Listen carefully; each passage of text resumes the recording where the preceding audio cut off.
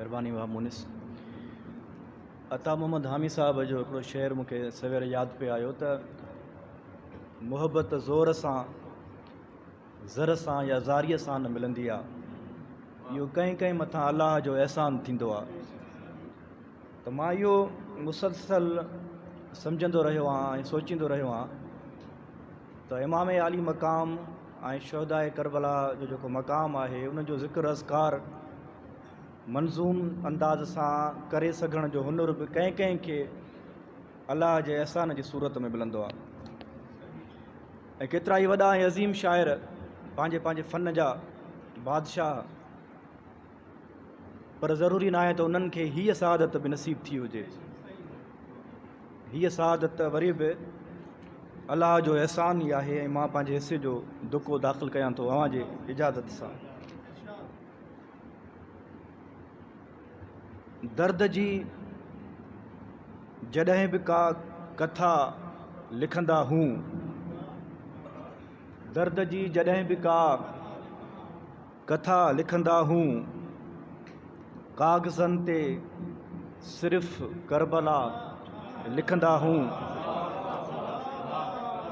दर्द जी जॾहिं बि का कथा लिखंदा हूं, काग़ज़नि ते सिर्फ़ करबला लिखंदा हूं।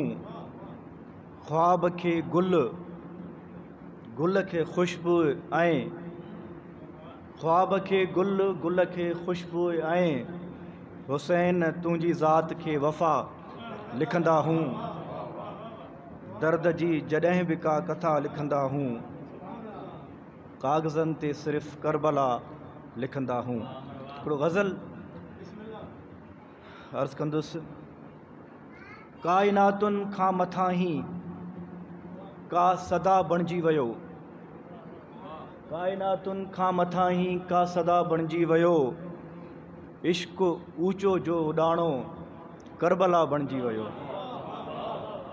काइनातुनि खां मथां ई का कथा बणिजी वियो, काइनातुनि खां मथां ई का कथा बणिजी वियो। इश्क़ ऊचो जो उॾाणो करबला बणिजी वियो। रिण मंझां राड़े मंझां दर्द जो तख़लीक़ थियो, रिण मंझां राड़े मंझां दर्द जो तख़लीक़ थियो। दर्द वारनि जी दिलियुनि जी का दवा बणिजी वियो। रिण मंझां राड़े मंझां दर्द जो तख़लीक़ थियो। दर्द वारनि जी दिलियुनि जी का दवा बणिजी वियो। उञ जो चहिरो पए जो रुञ में हेकर जुड़ियो, उञ जो चहिरो पए जो रुञ में हेकर जुड़ियो।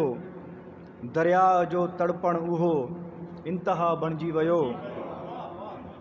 ऐं हीउ रस्तो जेको खंजर आहे ठाहियो दिलि मथां, हीउ रस्तो जेको खंजर आहे ठाहियो दिलि मथां। हीउ रस्तो ज़ुल्म जे लाइ ॼणु क़ज़ा बणिजी वियो। ऐं आख़िरी शेर रज़ात। ऐं हुसैनी वाट ते जेको हलियो सो सुर्ख़ रूह, ऐं हुसैनी वाट ते जेको हलियो सो सुर्ख़ रूह। ही हुसैनी पेचरो बि का सदा बणिजी वियो। काइनातुनि खां मथां ई का कथा बणिजी वियो। इश्क़ ऊचो जो उॾाणो करबला बणिजी वियो।